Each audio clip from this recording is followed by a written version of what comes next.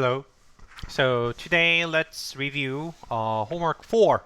The first question is an interesting question. Um, like I wanted to show you that the weighting matrix is not necessary when you have exact number of instruments, exact number of moment conditions, as many as the number of parameters. So the question itself is pretty straightforward, like the moment condition given by this instrument, and the first order condition. I mean the derivative, and then using I gave you this formula, and what you have to realize here is G is a square matrix, and it is invertible. Its invertibility is coming from this assumption. The full rank assumption here, remember, it is k by k. The dimension of dimension of z equals to the dimension of x. So it's a k by k matrix. And if a square matrix is a full rank, then it is invertible. So it's invertible, and this is parameter like population expectation. And then you say the sample average is invertible with probability approaching to 1. Let me say a little bit about this. So, as usual, like we know, say for example, if you think about scalar case, then invertible, a number is invertible, means it is not 0. That's the meaning of that. But say its expectation is non-zero. That's like intuitively that's the meaning of this one. Determinant is non-zero. But the problem here is this is population expectation. But what you have is in your calculation, you only have sample average, sample expectation. Sample expectation actually can be 0. It is possible to be 0. So, right? It can be different from the truth and it can be 0. But what we are saying here is, it is possible, but it is in the end it will be 0. The limit is 0. So what I'm saying here is, it can be 0, but the probability of 0 will shrink to 0. In the end, in the limit, the probability that it's different from 0 is 100%. That's the meaning of that. And in many cases, anyhow, we are going to use asymptotics. In the limit, always we are going to use asymptotic cases. So theoretically, we can argue that the sample average is not 0 with probability approaching to 1. So the probability of this guy equals to 0 is converging to 0. That's the meaning of that. But that's just a theoretical argument. But in many cases, you can, like, of course, if you are going to do theoretical econometrics, you have to understand it more rigorously, correctly. But intuitively, it's not a big problem, I guess. So that's why I'm I said it, and I don't care much about that. Here, anyhow, the point here is it is invertible. So there is no problem doing this, and then you can see easily canceled out, and then cancel out, and in the end you have this. So this is a very useful result. So you don't need to worry about the weighting matrix. You don't need to search for optimal weighting matrix at all. We know that weighting matrix does not matter. So then, like you may utilize this result later in other questions. So like I have seen many students who spend a lot of time in finding optimal weighting matrix. That's not bad. That is not wrong, but that is waste of your time because of your ignorance, right? We proved that why weighting matrix is not important, and we learned the case under what assumptions we may ignore the weighting matrix. So this is the case. Okay, and what I want to say here again, still many of you do not use the correct notation. I think I'm not using the correct notation in class, maybe, but let me do it again, iterate it again. We are using in class, in your answers, there are three different beta. One is just beta, and I usually use it as just a generic mathematical objects that represents any possible value of the parameter. So for example, I use beta here, the moment function g beta equals to this guy, and I use beta because it can be evaluated at any value of beta. You may use any value. We are considering, we don't know where is the true value, so we can evaluate the moment restriction at any value. So I'm using a generic value. On the other hand, beta 0 is the true value, as you know, and it is where the observations are generated. For example, this can be evaluated at any beta. It can be evaluated at any beta, but the problem here is it is 0. It equals to 0 only when beta is the true value.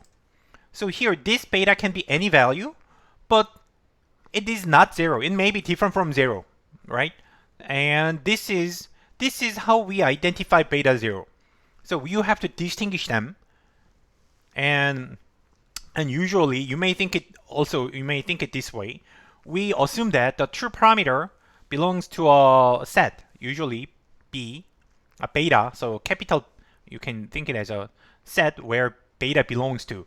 You can think it as if you have restrictions, like for example, if beta is positive, then B is a set of positive numbers, or if you bound beta, then B will be a bounded set.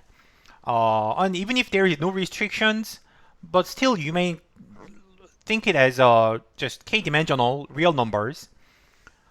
Then you can think beta is any possible value in this set, right? We know that the true parameter is one of these guys. So, and any of them can be used in here. But most of them are not true guys. They are false guys, and there is only one true element in the set. So you have to distinguish just one of them or that specific special guy in the set. And beta hat, or sometimes I use subscript n to show that it depends on n. It's an estimator. It's the estimator for beta 0. And again, I have been saying this many times, calculated from the sample. It is calculated from the sample, so it is calculated from the sample, right? And it is calculated from the sample. You observe zi, xi, you use finite number of them, so it's simple. But this is wrong. If you get to this kind of equation, something is wrong. You are not doing something correct. So, of course, vice versa. Beta, if you say beta 0 equals to this, you are wrong. So, like, nothing more I can say. They are different. It is just theoretical expectation if you have infinite number of observations. If you have the true distribution, then you can calculate this. But it is purely theoretical object. We just imagine there exists something true, but in reality, in data, you don't observe them. You never calculate them. So, and as you see, and then one more thing, it's more clear when you think about the function. Say Q beta is a criterion function, the population criterion function. Sometimes I put subscript 0, but anyhow, it's assume that it is a function. Doesn't matter, whatever. It's just function of beta. And then it is a function, so beta can be any value in the set, right?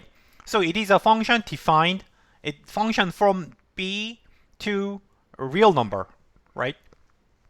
And if you make appropriate assumptions, it's differentiable, then you can differentiate this function, and then you are going to get another function. And that derivative function is also a function of beta, right? The derivative will be a function of beta. It's vector valued function, and in here denominator is not a variable. It is just like notation. So it's just another notation like q. Q is not a variable. It stands for a specific function. So you can think delta q divided by delta beta as just one function. So it means nothing. You may transpose this, but this beta is not a variable argument. It's not variable. Like but it's a function of this beta. That's the difference. So then, and if you calculate the first order condition, this equals to true. It equals to 0, right?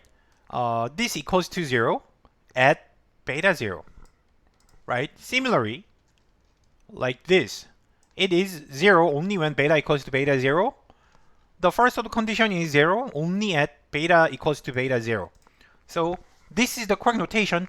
Very basic notation, just a notation problem, but many of you are still not doing it correctly. If you think it's not important, I understand. Yeah, I understand. You may think it's not important. Right. So like econometrics is not important in your life. So but as a PhD, you have to be correct, more rigorous, and correctly explain your idea. Then distinguishing these basic ideas is important in your understanding and in your analysis in the future. And moment restriction, I'm going to add it too. So the relationship, the moment restriction, say population moment, the relationship between beta and the moment restrictions is different in the population and in the sample. In the population, we choose the moment function, moment conditions, so that it is satisfied only n beta 0. So in the population, beta 0 exists first. There is beta 0 from which the data are generated, and then we choose the moment conditions so that it is satisfied only at beta 0. But in the sample, we estimate the moment first. The moment function, it follows from the population moment, and then we find beta hat so that g hat is 0 or close to 0, right? So the order of thinking, how you imagine this world is built, is different, right? And also first order condition, similar problem. So beta 0 is the true parameter, but g hat is a population moment, and then we know that beta 0 satisfies the true moment condition, but sample moment condition can be different from the true moment condition. So it can be different from 0. Of course, as I said earlier, it will converge to 0, or the probability of non-equal to, the probability that the sample moment different from 0 will converge to 0. That is right, but anyhow, it cannot be exactly 0. So similarly, the first order condition is a function. So this is a derivative. It is a function. So it doesn't need to be 0 at all points. Like not all betas make it 0, but it is 0 only when, not only when, but it is 0 when beta equals to beta hat. So beta hat is chosen to satisfy the first order condition equals to 0, right? So you have to, when you derive the first order condition, you have to say, when you say first order condition equals to 0, then you have to think about this. Is it satisfied at beta 0 or beta hat or any beta? That's very much confused in your answers. So I wanted to say here. Okay, I'm going to do question number 2 in the next video.